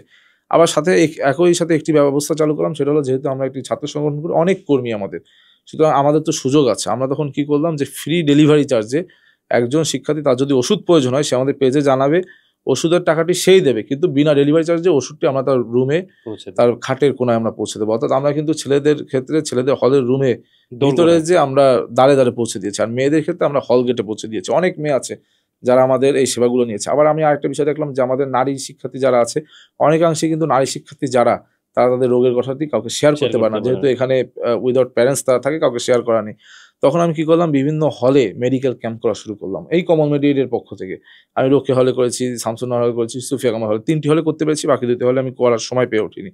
তো এইগুলোর মাধ্যমে কিন্তু আমি শিক্ষার্থীদের কাছে পৌঁছানোর চেষ্টা করেছি। এটা আমি আমার ব্যক্তিগত জায়গা থেকে করেছি, কারণ আমি মনে করেছি যে আমাদের শিক্ষার্থীদের পাশে আমরা যার যে অপশনস আছে, যে রিসোর্স আছে, সেগুলো নিয়ে আমরা পাশে দাঁড়ালে অনেকাংশেই এই বিশ্ববিদ্যালয়ের যে ল্যাকিংসগুলো রয়েছে সেগুলো ওভারকাম করা সম্ভব। কিন্তু ভাই, কমল মিডিয়েটাতে আপনার একদম ব্যক্তিগত উদ্যোগ, এই জায়গাতে আপনি কিছু জায়গায় একটা অংশের খরচ নিজেও বহন করেন, তো এটাতে আসলে আপনার দলের থেকে কতটুকু সাহায্য সহযোগিতা বা এটা কতটুকু সাপোর্ট পাচ্ছেন বা না পাওয়ার কারণটাও যদি এখানে থাকে? দেখুন, আমাদের একটি গণসংগঠন, এখানে আমি একটি মেডিকেল সেবা দিচ্ছি, আরো 500 জন যদি 500টি মেডিকেল ক্যাম্প বা অন্য কিছু করে, সেখানে ফান্ডিং করতে হতে তো আমার দলে 12টা হয়ে যাবে, কারণ দলের তো ফান্ডিং নাই। এই জন্য, তবে হ্যাঁ, দল থেকে আমি ব্যাপক পরিমাণ অনুপ্রেরণা পেয়েছি, কারণ আমার বিভিন্ন প্রোগ্রামে কিন্তু আমার ছাত্র সভাপতি, সেক্রেটারি তারা এসেছে। অনেক সময় বিভিন্ন আমাদের যারা ভালো ভালো ডাক্তার রয়েছে, তারাও কিন্তু এসেছে আদর্শিকভাবে মিল থাকার কারণে, তারা স্বাচ্ছন্দ্যের জায়গা থেকে আমাদের এখানে এসেছে। সুতরাং অনুপ্রেরণার জায়গা থেকে আমি শতভাগ অনুপ্রেরণা পেয়েছি, কিন্তু আমি কখনো তাদের কাছে ফান্ডিং চাইও নি। এবং কারণ আমি মনে করেছি যে এই দলটি শুধু আমার একা না, এই দল সবার। এই দলে আরো অনেক যোগ্যতা সম্পন্ন মেধাবী শিক্ষার্থী রয়েছে, যারা এই দলটি করে, তারাও বিভিন্ন ধরনের সুযোগ শিক্ষার্থীদের দ্বারে দ্বারে পৌঁছে দিচ্ছে। সুতরাং এখানে ফান্ডিং করার মতো আমার মনে হয়েছে যে প্রয়োজন নেই। আচ্ছা, আরেকটা বিষয় হচ্ছে ভাই, ছাত্র দলের সাথে আপনার যে সম্পর্কে বা আদর্শের জায়গাটা বলতেছিলেন, আপনার সোশ্যাল মিডিয়ার ওয়াল থেকে যে জিনিসটা আমি দেখতে পাইছি, সেটা হচ্ছে আপনি 6ষ্ঠ শ্রেণীতে থাকা অবস্থাতেই ছাত্র দলের, মানে শিশু ছাত্র দল থেকে আপনার যাত্রা শুরু। ক্লিয়ার করি যে শিশু ছাত্র দল বলে কিছু নেই, কিন্তু আমি যেহেতু ছোটবেলা থেকে আমার দলকে পছন্দ করি, আমি মনে করি যে আমি মনে হয় বাংলাদেশে একজন যে ক্লাস 3-তে স্বপ্ন দেখেছি ঢাকা বিশ্ববিদ্যালয়ে পড়বো। ক্লাস 3 থেকে নিশ্চয়ই কেউ স্বপ্ন দেখে না যে ঢাকা বিশ্ববিদ্যালয়ে। হ্যাঁ, আমি কিভাবে জানতে পেরেছি যে আমার আপন চাচা, উনি তৎকালীন 2001 থেকে 6 ছাত্র দলের প্রেসিডেন্ট ছিলেন সেন্ট্রালের, এরপর ছাত্র দলের সেক্রেটারি ছিলেন, পরে প্রেসিডেন্ট হয়েছেন, এবং ঢাকা বিশ্ববিদ্যালয়ের একসময় নেতা ছিলেন। তো ওনাকে দেখে, উনি যখন 2027 সালে দল থেকে নমিনেশন পেল আমাদের খুলনা চালে, আমি দেখতাম ব্যাপক লোকজন তাকে সম্মান করছে, শ্রদ্ধা জানাচ্ছে, ভালোবাসছে। সেখান থেকে আমি অনুপ্রাণিত হই। সেখান থেকে আমি জানতে পারি আমার চাচা ঢাকা বিশ্ববিদ্যালয়ে পড়ে, এবং আমার বাসা থেকে আমি জানতে পেরেছি যে ঢাকা বিশ্ববিদ্যালয়ে পড়লেই কেন্দ্রীয় নেতা হওয়া যাবে বা নেতৃত্ব দেওয়া যাবে। সেখান থেকে আমি স্বপ্ন দেখেছি ৩য় শ্রেণীতে যে আমি ঢাকা বিশ্ববিদ্যালয়ে পড়বো, এবং আমার একটা স্ট্যাটাসও আছে ক্লাস 3-তে অন্য একটা আইডিতে, সেটা আপনারা খুঁজলে দেখতে পারবেন যে আমি বলেছি, হ্যাঁ আমি আসলে 2007 সাল থেকে ফেসবুক চালাই। তখন ওই ইয়াহু মেসেঞ্জার ছিল, ইয়াহু মেসেঞ্জার এগুলো দিয়ে ফেসবুক চালাই। পরবর্তীতে আপনার ক্লাস 6-এ থাকাকালীন আমি একদিন ভাবলাম যে জেলা স্কুলে ব্যানারে একটা মিছিল করবো, এবং আমার অনেক বন্ধু বান্ধব ছিল যারা আমার দলকে পছন্দ করতো, আমি পছন্দ করি সেই জন্য। পরবর্তীতে একদিন 26শে মার্চে আমরা প্রোগ্রাম করলাম একটি, তারপরের দিন কিন্তু স্কুল থেকে আমাকে সুগোজ করা হয়েছে যে কেন। পরে আমি যা হোক সামহাও মাফটাপ পাইছি, কিন্তু ওই মিছিলটি কিন্তু তৎকালীন সময় আমাদের ছাত্রদল কেন্দ্রীয় সংসদের যারা প্রেসিডেন্ট সেক্রেটারি ছিল তারাও মিছিলটির খোঁজ পায়, অর্থাৎ তারা আমাকে ব্যাপকভাবে অ্যাপ্রিসিয়েট করে। ওই সময় থেকে আমি রেগুলার রাজপথে ছাত্রদল মিছিল মিটিং করি। ক্লাস 10 SSC শেষ করে আমি খুলনা সরকারি মজিদুর সিটি কলেজে আমি ভর্তি হই, সেখানেও ছাত্রদল করেছি। পরবর্তীতে আমি যখন এই বিশ্ববিদ্যালয়ে চান্স পাওয়ার 1 মাস আগে তখন নিরাপদ সড়ক আন্দোলন চলছিল। সেই নিরাপদ সড়ক আন্দোলনে কিন্তু একমাত্র কলেজ পড়ুয়া ছাত্র আমি খুলনায় যে একটি রাষ্ট্রদ্রোহী মামলা খাই। সেখানে খুলনা বিশ্ববিদ্যালয়ে 13 জন শিক্ষার্থীর নামে মামলা হয়েছিল, আর একমাত্র আমি কলেজ পড়ুয়া যার নামে মামলা হয়েছিল। এবং সেই সময় কিন্তু এক রাতে আপনার একটি গণবাহিনীর যে অভিযান আমার বাসায় পরিচালিত হয়েছিল, ওই দিন রাতে যেদিন নিরাপদ সড়ক আন্দোলন খুব তুঙ্গে উঠে যায়, এবং আমি এক রাতে ঢাকায় চলে আসি। এক রাতে আমি ঢাকায় পলাতকভাবে চলে আসি, এবং পরীক্ষা তখন আর 1 মাস বাকি ছিল। সেই ক্ষেত্রে আমি যখন যেখানে কোচিং করতাম ওই স্যারের অনেক হেল্প করেছে, এবং ঢাকায় এসে আমি একটি কোচিংয়ে পড়েছিলাম। কিন্তু তার 1 মাস পর যখন ভর্তি পরীক্ষা হলো ডি ইউনিটে, আমার মেইন টার্গেট ছিল কিন্তু ডি ইউনিটে পরীক্ষা, কারণ কি আমি সায়েন্স ভালো লাগতো না। আমার বাসাতে জোর করে আমাকে SSC HSC সায়েন্সে পড়াইছে, 2টাই আমি গোল্ডেন A+ পাইছি এবং ভালো নাম্বার পাইছি। কিন্তু সায়েন্স আমার মনে হতো যে আমি বুঝতাম না বা এটা দিয়ে আমি ভালো কিছু করতে পারবো না। পরে আমি ডি ইউনিটের জন্য প্রস্তুতি নিই, তখন ডি ইউনিট ছিল বিভাগ পরিবর্তনের। তো আমার বাসা থেকে কেউ অ্যাকসেপ্ট করতেছে না, সবাই বলতেছে তোমার ডাক্তারি পড়তে হবে, ইঞ্জিনিয়ারিং পড়তে হবে। আমার মা চায় ডাক্তারি পড়ি, আমার আব্বা চায় যে ইঞ্জিনিয়ারিং পড়ি, কিন্তু আমি তো চাই যে আমি রাজনীতি করবো, ঢাকা বিশ্ববিদ্যালয়ে পড়বো। পরবর্তী কারো কথা না শুনে আমি ঢাকা বিশ্ববিদ্যালয়ের জন্য প্রস্তুতি নিই, আর একটি মাত্র বিশ্ববিদ্যালয়ে ভর্তি পরীক্ষা দিচ্ছিলাম ব্র্যাক ইউনিভার্সিটিতে। সেখানে আমি অ্যানথ্রোপোলজিতে চান্স পাইছিলাম, যদিও ওদের আমার মনে হয়েছে যে আসলে এতটা প্রতিদ্বন্দ্বিতামূলক পরীক্ষা হয়নি ওইখানে। আর ঢাকা বিশ্ববিদ্যালয় ডি ইউনিটে আমি প্রথমে 2900 প্লেস করেছি, 2900, কিন্তু স্টুডেন্ট আমি 1200। তো আমি যখন 2900 প্লেস করলাম আমার মনে হলো যে কোনোভাবে যদি ঢুকতে পারি, আবার আমার মুক্তিযোদ্ধা কোটা ছিল সেই সময়, আমার নানা মুক্তিযোদ্ধা, তো আমি ভাবছি যে সামহাও আমি ঢুকতে পারবো। কিন্তু পরবর্তীতে দেখলাম যে যেদিন আপনার অ্যাডমিশনের ভাইভাও হয়ে গেছে, ভাইভা হবে তার আগের দিন পরীক্ষাটি ক্যান্সেল হলো, কেননা ওই প্রশ্নের পরীক্ষা নাকি প্রশ্ন ফাঁস হয়েছিল পরীক্ষায়, তখন আপনার ক্যান্সেল হয়। তখন আমি খুব চিন্তায় বললাম যে আল্লাহ 2900 প্লেস তো এবার করছি, পরের বার যদি ফেল করি সবাই ভাববে যে হামিম একটা পলিটিক্যাল ফ্যামিলি ছেলে, নিশ্চয়ই প্রশ্ন ফাঁস পাইছে প্রশ্ন। আমি তো মোটামুটি খালি নামাজ পড়তেছি আর দোয়া করতেছি আর পড়তেছি। পরবর্তীতে আমি দেখলাম যে আমি 1100 প্লেস করেছি পরবর্তী পরীক্ষা, অর্থাৎ তখন কিন্তু আমি কোটা ছাড়াই চান্স পেয়ে গেছি, কারণ 1263 জন নিবে, তাই তো আমি 1101 না বা 2 প্লেস করেছিলাম, শুধু আমি চান্স পেয়ে যাই। পরবর্তীতে উইমেন অ্যান্ড জেন্ডার স্টাডিজ বিভাগে চান্স পেলাম, 2-3 রাত ঘুম হয়নি, কারণ কি সাবজেক্ট আল্লাহ জেন্ডার স্টাডিজে পড়বো একটা বাজে ধারণা ছিল। পরবর্তীতে আমি এইটাও গুগল করে এক আপুকে খুঁজে বের করলাম, যে তিনি তখন একটি আমেরিকা ইউনিভার্সিটিতে PhD করছে, আমাদের ডিপার্টমেন্টের ফার্স্ট গার্ল। তো তার কাছ থেকে আমি অনুপ্রাণিত পরে এই বিশ্ববিদ্যালয় ডিপার্টমেন্টে। সেই জায়গা থেকে কি ভাই নারীদের নিরাপত্তা, হ্যাঁ সেখান থেকে আমি আসলে আমি এতটা একাডেমিক্যাল পড়াশোনা খুব ভালোভাবে করিনি, সিজি অত্যন্ত কম সবাই জানে, কিন্তু আমি একটা জিনিস দেখেছি, এই যে স্পেশালাইজ যে সাবজেক্টগুলো আছে এইখানে আপনি যখন ভর্তি হবেন, গ্রাজুয়েশন কমপ্লিট করে বেরোবেন, অবশ্যই আপনার একটা লেন্স কিন্তু তৈরি হবে। আমার একটি জেন্ডার সেন্সিটিভিটি বা জেন্ডার লেন্স কিন্তু অটোমেটেড ভাবেই তৈরি হয়ে গিয়েছে, অর্থাৎ আমি একটা জায়গায় আপনি যেভাবে দেখবেন আপনি অন্য সাবজেক্টের শিক্ষার্থী, কিন্তু তার আগে কিন্তু আমার জেন্ডার সেন্সিটিভিটি যেটা সেটা আমার আগে কিন্তু পরিলক্ষিত হবে যে না এইখানে এই কাজটা এইভাবে করা উচিত। যেমন আমি অন্য কোনো প্রার্থীর চোখে কিন্তু পড়িনি যে আপনার half of the students are women but not half of the toilets are for women. এইটা কিন্তু আমি প্রথম তুলেছি, যে আমি দেখলাম কলা ভবনে 20টা টয়লেট আছে, একটা মাত্র নারী ফিমেল টয়লেট। সুতরাং যেই কলা ভবনে অর্ধেক শিক্ষার্থী নারী অর্ধেক পুরুষ, সেইখানে 20টা ওয়াশরুম, 19টা আছে পুরুষদের জন্য, একটা মাত্র নারীদের জন্য, তখন কিন্তু আমি এটা প্রশ্ন তুলেছি, এবং এটা কিন্তু নারী শিক্ষার্থীরা খুব ভালোভাবে গ্রহণ করেছে। ভাই আপনার ব্যক্তিগত অনেক তথ্য শুনলাম, তো এবার একটু আবার আমাদের রাজনীতিতে ফিরে আসি। সো প্রথম যে বিষয়টা একদম যে ছাত্র দলের যে ভূমিকা আমরা দেখতে পারতেছি, হ্যাঁ ব্যক্তি জায়গায় অনেক ভালো কিছু ভূমিকা দেখতেছি, কিছু সমালোচনার জায়গাও আছে, আর একটা গুঞ্জন আছে যে ছাত্র দলকে আসলে ছাত্রলীগ হয়ে উঠবে কিনা। তো এই জায়গাটা আসলে কতটুকু আপনি ক্ল্যারিফাই করবেন? ছাত্রদল যদি ছাত্রলীগ হয়ে উঠতো তাহলে তো গত 1 বছর উঠতে পারতো। আসলে ছাত্রদল ছাত্রলীগের মতন কেন হবে? কারণ আপনি যখন একটি মানে খারাপ সিচুয়েশন থেকে যাবেন, সেখান থেকে অবশ্যই আপনি শিক্ষা নেবেন। গত 17 বছরে আপনি যদি স্ট্যাটিস্টিক্যাল ভাবে দেখেন, ছাত্রদল সব থেকে বেশি হামলা মামলা গুম খুনের শিকার হয়েছে, এটা কেউ অস্বীকার করতে পারবে না। অবশ্যই। এবং সব থেকে বেশি অত্যাচার নির্যাতনের শিকার ছাত্রদলই হয়েছে। আমি কিন্তু জানি যে আমার উপর অত্যাচারের মানে বেদনা কতটুকু। আমাদের ঢাকা বিশ্ববিদ্যালয় বা বাংলাদেশ জাতীয়তাবাদী ছাত্র প্রত্যেকটা নেতাকর্মী জানে যে একজন প্রার্থীকে বা একজন যারা ছাত্রদল কর্মী পরীক্ষা দিতে যাবে, পরীক্ষা আগে তাকে পুলিশ তুলে নিয়ে গেছে, ঈদের আগের দিন তাকে তুলে নিয়ে গেছে, জেলেও পরীক্ষা দিয়েছে। এমন হয়েছে যে একজন ছাত্রদল করে তাকে পাইন তার বাবাকে পিটিয়ে মেরে ফেলেছে। এটা আপনার বাংলাদেশের ইতিহাসে দেখেছেন। সুতরাং এইখান থেকে কিন্তু আমরা একটা শিক্ষা পেয়েছি যে আমরা চাইলেই, আমরা তো পারতাম 5ই আগস্টের পরে 6ই আগস্টে সারা বাংলাদেশ লন্ডভন্ড করে দিতে। এটা ছাত্রদল অবশ্যই সক্ষমতা আছে যে ছাত্রলীগের প্রত্যেকের বাড়িঘর আমরা লন্ডভন্ড করে দেবো। আমরা কিন্তু সেইখানে সর্বোচ্চ বিনয় এবং সর্বোচ্চ যে ধরনের আপনার ধৈর্য থাকা উচিত, আমরা ধৈর্যের পরিচয় দিয়েছি। কিন্তু কারণ আমরা চেয়েছি বাংলাদেশ একটি সুখী সমৃদ্ধ বাংলাদেশ। এমনকি আমাদের যারা বিএনপির শীর্ষস্থানীয় নেতা রয়েছে, ছাত্রদলের যে সাংগঠনিক অভিভাবক তারেক রহমান, তিনিও কিন্তু 5 তারিখেই একটি ভিডিও বার্তা দিয়েছে যে নো, এই বাংলাদেশ আমরা সুখী সমৃদ্ধ করব, যারা অন্যায় করেছে তাদের বিচার আদালতে হবে, তাদের বিচার প্রশাসনিকভাবে হবে, এখানে আমরা কোনো মোরাল পুলিশিং করব না, কোনো মবের সৃষ্টি করব না। এবং সেখান থেকে কিন্তু আপনি দেখেছেন 5ই আগস্টের পর থেকে ছাত্রদল কর্তৃক কোথাও কোনো মবের সৃষ্টি হয়নি, বরং ছাত্রদল বিভিন্ন সময় মবের শিকার হয়েছে। কিন্তু ভাই ছাত্রদলের নামে যেসব অভিযোগ আছে সেটা সব জায়গায় তো কম বেশি ভালো খারাপ থাকবেই, কিন্তু একদম সোজা কথায় বললে চাঁদাবাজি সহ বিভিন্ন রকমের যে টেন্ডারের যে অপসংস্কৃতি আমরা দেখছি, সেইগুলোর কিছু অভিযোগ কিন্তু আমরা এখনো পাচ্ছি। তো সেটা তৃণমূল হতে পারে, সেন্ট্রালে হতে পারে, বিভিন্ন জায়গায়। তো এই জায়গাটা আপনার কাছে কি মনে হচ্ছে যে আসলে ছাত্রদলের যেই রাজনীতির মূল জায়গাটা সেটা পরিবর্তন হচ্ছে, বা কতটুকু পরিবর্তন হয়েছে অ্যাকচুয়ালি? না, আসলে একটা বিষয়কে 5ই আগস্টের পরবর্তীতে আমরা দেখছি যে এই যে বিভিন্ন ন্যারেটিভ, এখন কিন্তু পলিটিক্স এর রাজপথের মিছিল মিটিং স্লোগানে নেই, এখন সম্পূর্ণ সোশ্যাল মিডিয়া ন্যারেটিভের উপর চলে। দেখুন, ছাত্রদলকে প্রথমে বলা হলো টেম্পো স্ট্যান্ড দখল করেছে। কোন ছাত্র নেতা টেম্পো স্ট্যান্ড দখল করতে যাবে ভাই? এই নামে একটি পেজও খুলেছে বিভিন্ন গোষ্ঠী, খুলে তারা এটাকে ন্যারেটিভ দাঁড় করাচ্ছে, বিল্ড আপ করছে। একটি মিথ্যাকে আপনি যদি 100 বার মিথ্যা বলেন, সেটিকেও কিন্তু যে শুনবে সত্যি মনে করবে। এই ন্যারেটিভ দাঁড় করানোর ক্ষেত্রে আমরা পিছিয়ে পড়েছি, বিশেষ করে আমরা সাংগঠনিকভাবে। কেননা আমাদের সংগঠনে একটা সমালোচনা আমি প্রকাশই করি, সেটা হলো আমাদের যে ছেলেটি আমাদের সংগঠনে আসে, আমাদের ম্যান্ডেটরি আমরা প্রথমে আগে মিছিল মিটিং করি যে না, তুমি মাঠের কর্মী হও। কিন্তু আমি দেখেছি আমাদের যে ছেলেগুলো আসে, সকলকে যদি আমরা মাঠের কর্মী তৈরি না করে, কাউকে যদি আমরা সামাজিক যোগাযোগ মাধ্যমে ভালো লেখে, তাকে যদি আমরা ন্যারেটিভ দাঁড় করানোর জন্য বুদ্ধিভিত্তিক জায়গা, যে না ভাই তুমি বুদ্ধিভিত্তিক চর্চা করো, তোমার রাজনীতি করতে হবে, এমন কোনো কথা নেই। রাজনীতির বিভিন্ন ডাইমেনশন আছে।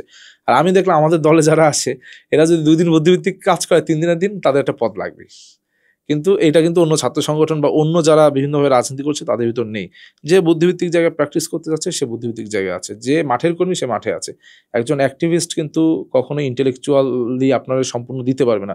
একজন ইন্টেলেকচুয়াল যেমন ভালো অ্যাক্টিভিস্ট না, ঠিক একইভাবে একজন ভালো অ্যাক্টিভিস্ট কিন্তু ভালো ইন্টেলেকচুয়াল না। সুতরাং এই জায়গাগুলোতে আমাদের বিভেদটা বুঝতে হবে, যে আমাদের পার্থক্যটা বুঝতে হবে। আর আপনি বললেন এই যে চাঁদাবাজির কথা, আপনার চাঁদাবাজি তো যদি কেউ করে থাকে, ছাত্রদলের নাম অবশ্যই কোথাও না কোথাও করেছে, বিভিন্ন পেপার গণমাধ্যমে এসেছে এইগুলা। কিন্তু আমরা তো একমাত্র ছাত্র সংগঠন যারা শুধু সাংগঠনিক ব্যবস্থা নিয়ে ক্ষান্ত দিইনি, বরং আমরা আমাদের নেতারা দলের কর্মীর বিরুদ্ধে নিজে বাদী হয়ে মামলা করেছে। এটা বাংলাদেশে আগের কোনো রাজনৈতিক ইতিহাসে নেই যে একই দলের নেতা অন্যায় করার কারণে তাকে শুধু বহিষ্কার করেনি, বরং বাদী হয়ে মামলা পর্যন্ত করেছে এবং তাই সে জেলে গিয়েছে। এরকম যে বিভিন্ন ধরনের উদাহরণ আমরা বাংলাদেশে সৃষ্টি করেছি। কিন্তু এমন অনেক ছাত্র সংগঠন দেখছি যারা একমাত্র তাদের কমিটি প্রকাশ করে না কেন, তাদের নেতাকর্মীরা বিভিন্ন আকাম কুকাম করবে, তার দায়ভার তারা নেবে না। এই যে আমাদের ঢাকা বিশ্ববিদ্যালয়ে কয়েকদিন আগে ঘটে গেল আলী হোসেনের কাহিনী, এই আলী হোসেনের কোন ছবিটি নেই ইসলামী ছাত্র শিবিরের সাথে? জামাত ইসলামের প্রোগ্রামে তিনি গিয়েছেন, কিন্তু আমরা দুঃখের সাথে দেখলাম এই আলী হোসেনের দায়িত্ব ছাত্র শিবির নেয়নি। শুধুমাত্র কেউ জোর করে দিতেও পারিনি এই কারণে, কারণ তাদের কমিটি আমরা জানি না, তাদের কমিটিতে নাম নেই, কিন্তু সকল কার্যক্রমে আলী হোসেন আছে। আরেকটি বিষয় ভাই, কমিটির কথা যখন আসলো, হল কমিটি দেওয়া নিয়ে কিন্তু যখন ছাত্র দলের কমিটি আসলো, অনেক কিন্তু নেগেটিভ ইমপ্রেশন আমরা দেখছি, এবং ছাত্ররাও কিন্তু মানে একদম রাজনৈতিক ধারার বাইরের ছাত্ররাও কিন্তু এটাতে খুব ক্ষুব্ধ হয়ে গেছিল যে কেন আবার রাজনীতিরা ক্যাম্পাসে এইভাবে ফিরে আসতেছে। তো এটা নিয়ে মানে হল কমিটি দেওয়াটাও কি আসলে ডাকসু বা অন্যান্য জায়গায় কোনো নেগেটিভ ইম্প্যাক্ট ছিল? না, আমরা মনে করি যে হল কমিটিগুলো দেওয়া কেন প্রয়োজন। দেখেন, আপনি একই হলে থাকি, কথার কথা। আমি একটি পলিটিক্যাল ইডিওলজিতে বিশ্বাস করি, পলিটিক্যাল অ্যাক্টিভিস্ট। আমি বিশ্ববিদ্যালয়ে রাজনীতি করছি। আমি যখন আমার বাসা, হল রুম তো আমার বাসা একজন আবাসিক ছাত্রের জন্য, আমি যখন আমার রুমে যাই, আমি কি একজন নন পলিটিক্যাল মানুষ হয়ে যাচ্ছি? একদম হচ্ছি না। কারণ আমি সারাদিন 24 ঘন্টা 18 ঘন্টা রাজনীতি করে আসলাম, 6 ঘন্টা যখন ঘুমাবো আমি কি নন পলিটিক্যাল হয়ে গেলাম, অ্যাপলিটিক্যাল হলাম? বিষয়টি কিন্তু এমন না। ঠিক একইভাবে এইখানে জবাবদিহিতার জায়গাটি আমরা নিশ্চিত করতে চাই যে আমি রাজনীতি করি বলে আমি যা খুশি তাই করব, এটা কিন্তু হতে পারে না। আপনি যখন জানবেন যে ছাত্রদলে অমুক পদে আছে, একটা অন্যায় করলো, তখন কিন্তু আপনি তার জবাবদিহিতা নিশ্চিত করতে পারবেন। কিন্তু ওই যে যারা আলী হোসেন আছে, তাদের জবাবদিহিতা কিন্তু আপনি মানে পুরো জীবন দিয়ে হলেও নিশ্চিত করতে পারবেন না, কেননা কেউ তাদের দায়িত্ব নেবে না। এখানে কিভাবে জবাবদিহিতা থেকে আরেকটা জায়গায় চলে আসে না, পাওয়ার পলিটিক্সের আর জায়গায়? পাওয়ার পলিটিক্স, এই জবাবদিহিতা যেখানে আছে সেখানে তো পাওয়ারের উত্থান হবে না, সেখানে পাওয়ার এক্সারসাইজ হবে না, কারণ এখানে জবাবদিহিতা আছে। এই যে শেখ হাসিনা স্বৈরাচার থেকে কিভাবে ফ্যাসিস্টে রূপান্তরিত হয়েছে, জবাবদিহিতা ছিল না সেই জন্য হয়েছে। কিন্তু এখন তো আমরা এই বাংলাদেশে যাচ্ছি জবাবদিহিতার জায়গা থাকুক, সুতরাং জবাবদিহিতা যেখানে আছে সেখানে পাওয়ার প্র্যাকটিস সেভাবে হবে না। তাহলে ভাই ছাত্রদল কিভাবে জবাবদিহিতার জায়গাটা তৈরি করতেছে? যদি আমি দেখি যে আজকে ছাত্রদলের ওই কর্মী ওই জায়গায় এরকম কোনো একটা কাজ করছে, সেটার জবাবদিহিতা আমি কার কাছে চাবো? সেটা জবাবদিহিতা তো আপনার স্টুডেন্টস যখন প্রতিবাদ করবে, ছাত্রদল সাংগঠনিকভাবে দিতে বাধ্য। এই যে আপনি কিছুক্ষণ আগে একজন নারী কর্মীর কথা বলেন, তিনি একটি অশ্লীল কথা বলেছে। আজকে যদি ওই নারী কর্মী পলিটিক্যাল হতো কিন্তু তার পদে কোনো তার পোস্টেড না থাকতো, আপনি কি এটি ছাত্রদলের উপর দায় দিতে পারতেন? পারতেন না। কিন্তু আপনি দিতে পেরেছেন। কেন দিতে পেরেছেন? কমিটিতে তার নাম আছে বলে দিতে পেরেছেন। সুতরাং জবাবদিহিতা এইভাবে নিশ্চিত হবে। কিন্তু ভাই দায় দেওয়ার পরে কি আসলে কোনো পরিবর্তন আসছে? আপনি যখন কাউকে প্রশ্ন করবেন, কাউকে চোখে আঙুল দিয়ে দেখাবেন তোমার এটা ভুল হচ্ছে, অবশ্যই সে নিজে থেকে সংশোধন হবে। হয়তোবা একটা মানুষ একবারে সংশোধন হবে না, কিন্তু কয়েকবার প্রশ্নের মাধ্যমে অবশ্যই সে সংশোধিত হবে। আমরাও সেই আশা রাখি। ভাই আরেকটা জায়গায় যাবো, সেটা হচ্ছে ছাত্রদলের সাথে মূলধারার রাজনীতি, মানে বিএনপি, বাংলাদেশ ন্যাশনাল পার্টি যেটা আমরা বলি আর কি সবসময়। তো বিএনপির সাথে ছাত্রদলের রাজনীতির যেই গ্যাপটা, সেটা আমরা যদি জেনারেশনের গ্যাপের জায়গা থেকেও বলি, যেমন আমরা বিভিন্ন বিএনপির মূলধারার যারা রাজনৈতিক নেতা তাদের বক্তব্যগুলো থেকে শুনি।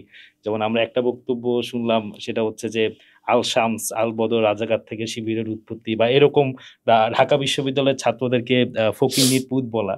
তো এই ধরনের যে বিষয়গুলো একদম দায়িত্বশীল মূলধারা রাজনৈতিক নেতৃত্বের যে জায়গা, সেটা থেকে আসলে কতটুকু কেমন কি প্রভাব রাখতেছে আসলে? আসলে জেনারেশন গ্যাপ একটা অত্যন্ত বড় বিষয়। দেখুন, ছাত্রদলের সহযোগী সংগঠন বিএনপি, অর্থাৎ ছাত্রদলের সহযোগী সংগঠন কিন্তু বিএনপি। এখানে ছাত্রদল এবং বিএনপি কিন্তু সরাসরি জড়িত না, আদর্শিকভাবে মিল আছে এবং সহযোগী সংগঠন হিসেবে একে অপরের সম্পর্ক হিসেবে কাজ করে। আপনি আজকে আপনার বয়স নিশ্চয়ই 24-25 বা সামথিং হবে।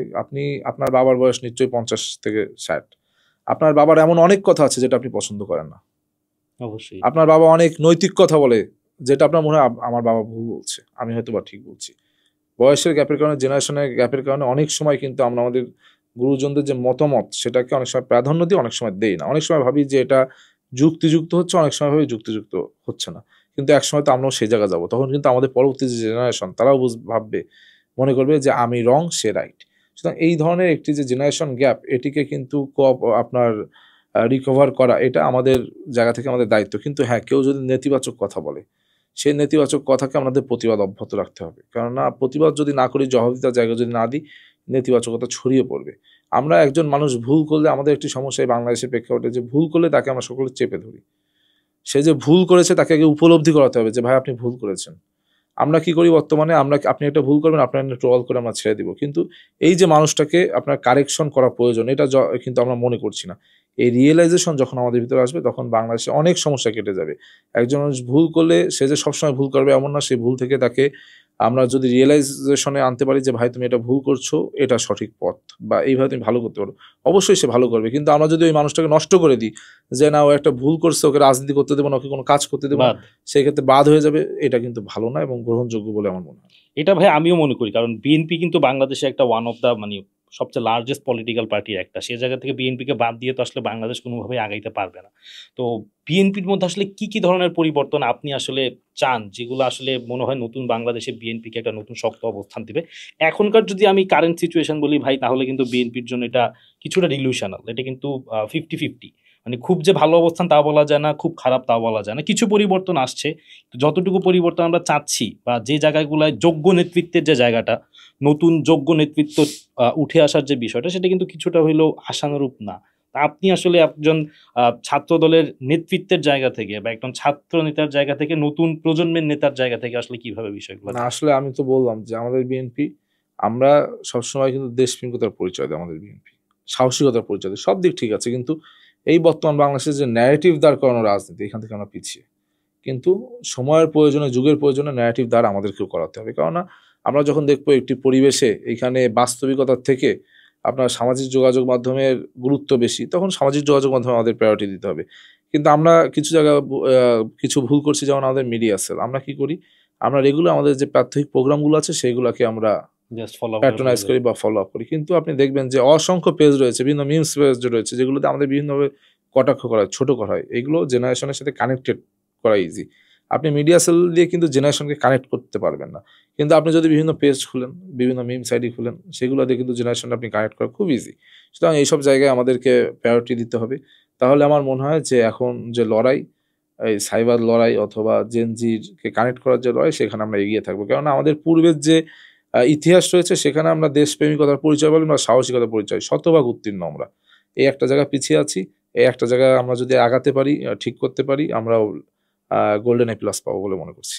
আচ্ছা, গোল্ডেন এ প্লাসের জন্য ভাই কি কি পদক্ষেপ? মানে এই যে ন্যারেটিভ দাঁড় করাতে হবে প্রথমত, কারণ আমরা তো ভাই একটা জায়গা বারবার মিস করে যাই, সেটা হচ্ছে ছাত্রদল কিংবা বিএনপিতে যারা এরকম ইন্টেলেকচুয়াল, তাদের, যেটা আপনি নিজেই অবশ্য স্বীকার করে ফেলছেন, যে ওই জায়গাটা আসলে মিস হয়ে যায় বারবার। তো কিভাবে আসলে কেন মিস হয় বা কেন ওই জায়গাটা প্রতিষ্ঠিত হয় না?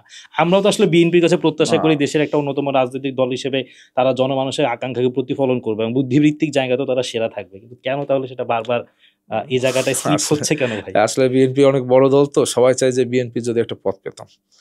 ফার্স্টে যে ছেলেটা আসে, ও 2 দিন দলকে ভালোবেসে দুটো কথা লেখার পর বলে যে ভাই আমি মিছিল করব। 3য় দিন বলে ভাই আমার পদ লাগবে। এই হচ্ছে মানুষের, এটা একটা মেন্টালিটির ব্যাপার যে আমার পদ লাগবে। কেন পদ লাগবে? বিএনপি বা ছাত্র একটি বড় ছাত্র সংগঠন, এখানে আমি থাকতে পারলে নিজেরে হয়তোবা ভালো লাগবে বা ভালো মনে করব।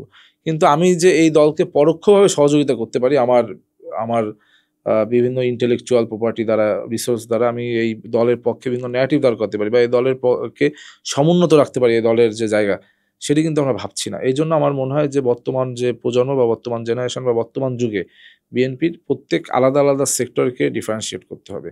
যে আমার এই ছেলেটা ইন্টেলেকচুয়ালি ভালো, তাকে আমি ইন্টেলেকচুয়াল কাজে লাগাবো। আমার এই ছেলেটা রাজপথে ভালো, তাকে আমি রাজপথে লাগাবো। আমার এই ছেলেটা ভালো স্লোগান দেয়, তাকে আমি স্লোগানে লাগাবো। আবার আমার এই ছেলেটা ভালো সাংস্কৃতিক মনা, তাকে দিয়ে আমি আমার যে দলের বিভিন্ন সাংস্কৃতিক বিভাগগুলো দেখভাল করার দায়িত্ব দেবে। আবার অনেক ক্রীড়া ব্যক্তিত্ব রয়েছে, আপনি দেখেছেন আমাদের এবার যে ছাত্রদলের প্যানেল ছিল, চিমচিমা চাকমা, ফার্স্ট ইয়ার একটা ছেলে, তার যে শুট এবং তার খেলার যে গতি আমাদের সবাইকে অবাক করে। এই যে এরকম চিমচিমাদের মতন অনেক ছেলে আছে যারা খুব ভালো ফুটসাল খেলে, ফুটবল খেলে, ক্রিকেট খেলে, আমাদের দলে আছে, আমি চিনি। এদেরকে দিয়ে আমরা ক্রীড়া বিভাগের যাকে নার্চারিং করতে পারি। এরকম আমরা যখন ডিফারেন্সিয়েট করবো, তখনই আমার মনে হবে এই জেনারেশন সম্পূর্ণরূপে কানেক্টেড হবে এবং আমাদের যে বিভিন্ন সংশয় দেখা দিচ্ছে, এই সংশয়গুলো খুব সহজে কেটে উঠবে।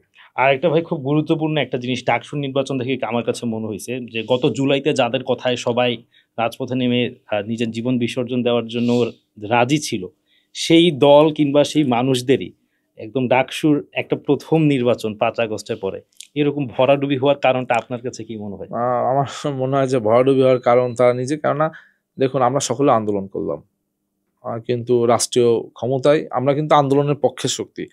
যারা উপদেষ্টা হয়েছে 98% তারা কিন্তু আন্দোলনের পক্ষের শক্তি ছিল, অর্থাৎ রাজপথে ছিল না। আমরা রাজপথে আন্দোলনের পক্ষের শক্তির যখন 2-1 এই রাষ্ট্রীয় ক্ষমতা অধিষ্ঠিত হলো, তখনই কিন্তু আন্দোলনকারী শক্তিদের ভিতরে একটি বিভক্তি সৃষ্টি হয়েছে, বিভাজনের তৈরি হয়েছে। এবং এরপর তারা যখন একটি রাজনৈতিক দলের সূচনা করলো, আরও বিভাজিত হলো, এবং এরপর তারা বিভিন্নভাবে যখন একটি ছাত্র সংগঠন করে সেই ছাত্র সংগঠনকে প্রভাবিত করার চেষ্টা করলো। আপনি দেখলেন এই নির্বাচনকে কেন্দ্র করে বাকের এবং মাহিন সরকারের বিষয়টি, তারা তো একে অপরের পরিপূরক ছিল, তাদের ভিতরে একটি বিভাজন তৈরি করা হলো। আপনি দেখবেন যে উপদেষ্টা মণ্ডলী বিভিন্ন যারা আন্দোলনের পক্ষে শক্তি ছিল, তারা একটি ছাত্র সংগঠনকে, তাদের ডাকে আগে সকলে এসেছে, সকলে ঐক্যবদ্ধ হয়েছিল, কিন্তু এখন কেন আসবে? কেননা এখানে 50-এর অধিক প্যানেল বা স্বতন্ত্র প্রার্থীরা ইলেকশন করছে ভিপি পদে, জিএস পদে। সেখানে আপনি একজন প্রার্থী যে আপনার দলের একটি ছাত্র সংগঠন, তাকে আপনি প্রায়োরিটাইজ দিচ্ছেন, তাকে নিয়ে প্রচারণা করছেন। আপনি কি দেখেছেন বিএনপির প্রতিষ্ঠাতা, বিএনপির যে চেয়ারম্যান, ভারপ্রাপ্ত চেয়ারম্যান, তিনি তো আমাদের ছাত্রদের সাংগঠনিক অভিভাবক। তিনি কি এই নির্বাচনকে কেন্দ্র করে আমাদের পক্ষে একটি পোস্ট দিয়েছে? তিনি তো রাষ্ট্রের গুরুত্বপূর্ণ জায়গা নেই, তিনি তো রাষ্ট্রের ক্ষমতায় নেই, রাষ্ট্রীয় ক্ষমতায় নেই, তিনি কিন্তু কিন্তু রাষ্ট্রীয় ক্ষমতা থেকে উপদেষ্টা কীভাবে এটি দেয়, আমাদের কাছে প্রশ্ন জাগে। এইসব কারণে আমার মনে হয় ভরাডুবি হয়েছে।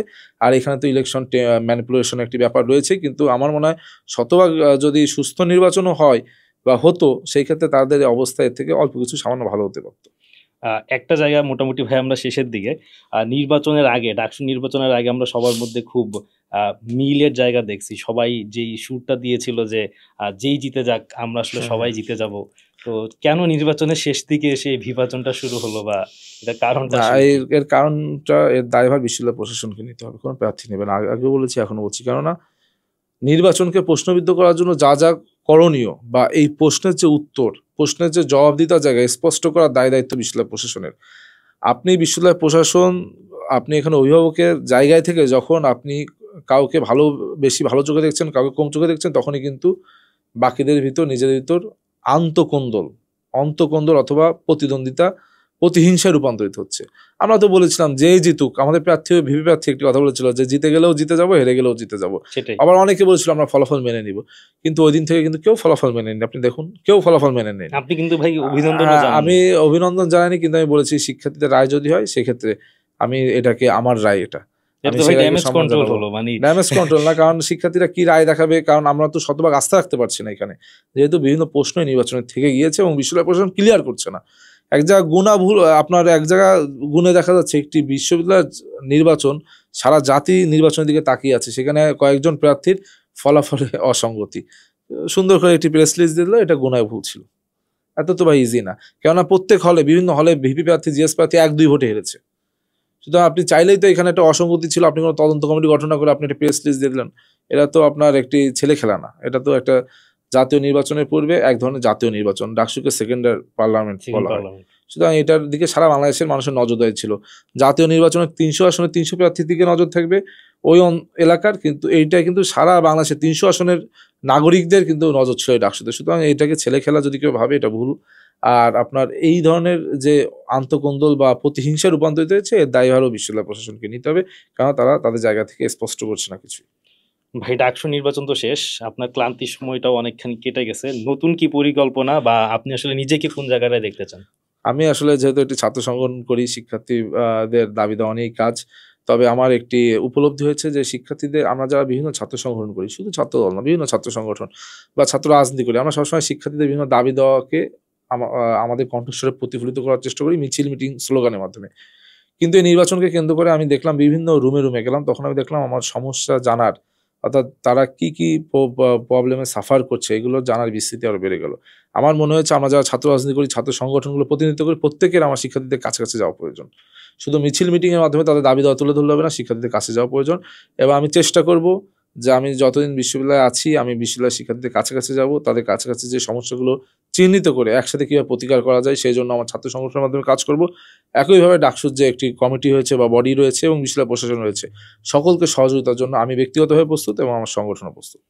ভাই মূলধারা রাজনীতিতে বিএনপির মতো জায়গায় কিন্তু আমরা আপনার মতো মানুষদেরকে দেখতে চাই, আপনার এটা নিয়ে পরিকল্পনা আসলে? আমার আসলে ছাত্র সংগঠন করছি, ছাত্র সংগঠন শেষে পরবর্তীতে ভাববো। তবে আমি যদি এবার ডাকসু জিএস হতাম, আমি বিশ্বাস করেন আমি আর ঢাকা বিশ্ববিদ্যালয় বা বাংলা জাতীয়তাবাদী ছাত্র দলের রাজনীতি থেকে সরে আসতাম, আমি তখন বিএনপি রাজনীতি করতাম।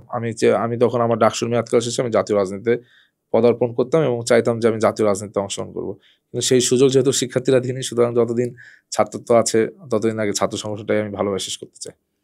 একদম শেষের দিকে ভাই আমরা অনেক কথাবার্তা হলো, অনেক ইনসাইট জানলাম, একদম চারদিকে আমরা ভাই জেন জির জয় জয়কার দেখতেছি, এবং আমাদের Y2Z পডকাস্টেরও কিন্তু মেইন থিমটা জেন জিকে কেন্দ্র করে। আমরা নেপালে দেখলাম, শ্রীলঙ্কায় দেখলাম, আমরা অনেক দেশেই, বাংলাদেশ তো একটা উৎকৃষ্ট উদাহরণ হিসেবে সবার জন্য পাথর হিসেবে কাজ করতেছি। সো এই জেন জিদের উদ্দেশ্যে আপনার কোনো বার্তা আছে না? আমার যারা জেনারেশন জেড বা জেন জি আমরা বলি, তাদের কাছে একটি বার্তা যে আপনারা যারা আছেন, আমরা অনেক ধরনের সিদ্ধান্ত আমরা হয়তো আবেগতাড়িত হয়ে নিচ্ছি, আবেগতাড়িত হয়ে যে সিদ্ধান্তগুলো এই পর্যন্ত আমরা নিয়েছি, অধিকাংশ ক্ষেত্রে আমরা সফল হয়েছি, কিছু ক্ষেত্রে কিন্তু আমরা ব্যর্থতার পরিচয় দিয়েছি। যেমন 5ই আগস্টের পরবর্তী সময় আমরা বলেছিলাম ছাত্র রাজনীতিমুক্ত ক্যাম্পাস চাই, শিক্ষার্থীদের এই ট্রমাকে টুল করে একটি প্রতিক্রিয়াশীল গোষ্ঠী তারা কিন্তু ছাত্র রাজনীতি বন্ধ করতে চেয়েছিল ক্যাম্পাসে, অথচ দেখা গেল তার কয়েকদিন পরে যারা এই মিছিলের নেতৃত্ব দিয়েছে তারাই বিভিন্ন ছাত্র সংগঠনের ধারক বাহক হয়েছে। সুতরাং এই জন্য আমি শিক্ষার্থীদের বলবো, আপনারা যারা জেনারেশন জেড আছেন, জেন জি আছেন, আপনার প্রত্যেকের সিদ্ধান্ত নেওয়ার আগে সুচিন্তিত মতামত, সুচিন্তিতভাবে আগে ভাববেন নিজেকে, এরপর আপনি আপনার ভাবনাটিকে মানুষের সামনে প্রকাশ করবেন।